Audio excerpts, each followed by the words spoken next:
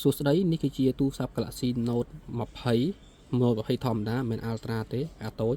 មានកាមេរ៉ា3គ្រាប់មាន main មាន zoom មាន ultra wide ដូចគ្នា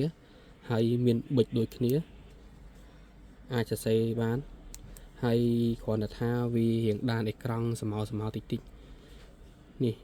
រៀងស្មៅតិចតិចចេះបងមើលនេះមើលឃើញរៀងស្មៅ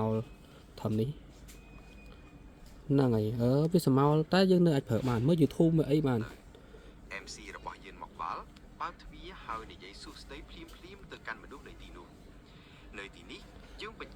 ហើយទូរស័ព្ទហ្នឹង SIM 2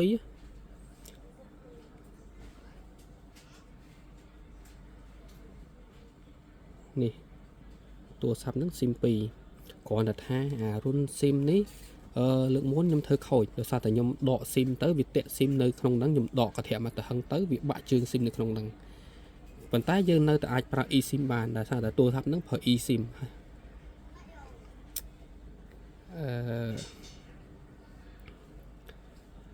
នេះ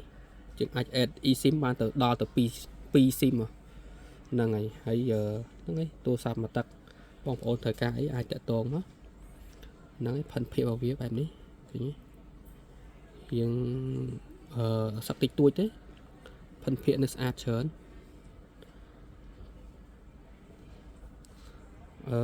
អ្វីដែលនេះគឺទី1គឺខូចជើង SIM តែយើងនៅអាចប្រើ SIM បានហើយវាដានអេក្រង់តែប៉ុណ្្នេះទេក្រៅពីហ្នឹងថ្មកាន់ប្រើរលូនទូរស័ព្ទមែនតើឃើញខ្ញុំប្រើរាល់ថ្ងៃដាក់កងធនាគារកងអីប្រើទៅគាត់ថាឥឡូវខ្ញុំប្រើទូរស័ព្ទមួយទៀតទៅខ្ញុំចង់វាយចេញអរគុណច្រើន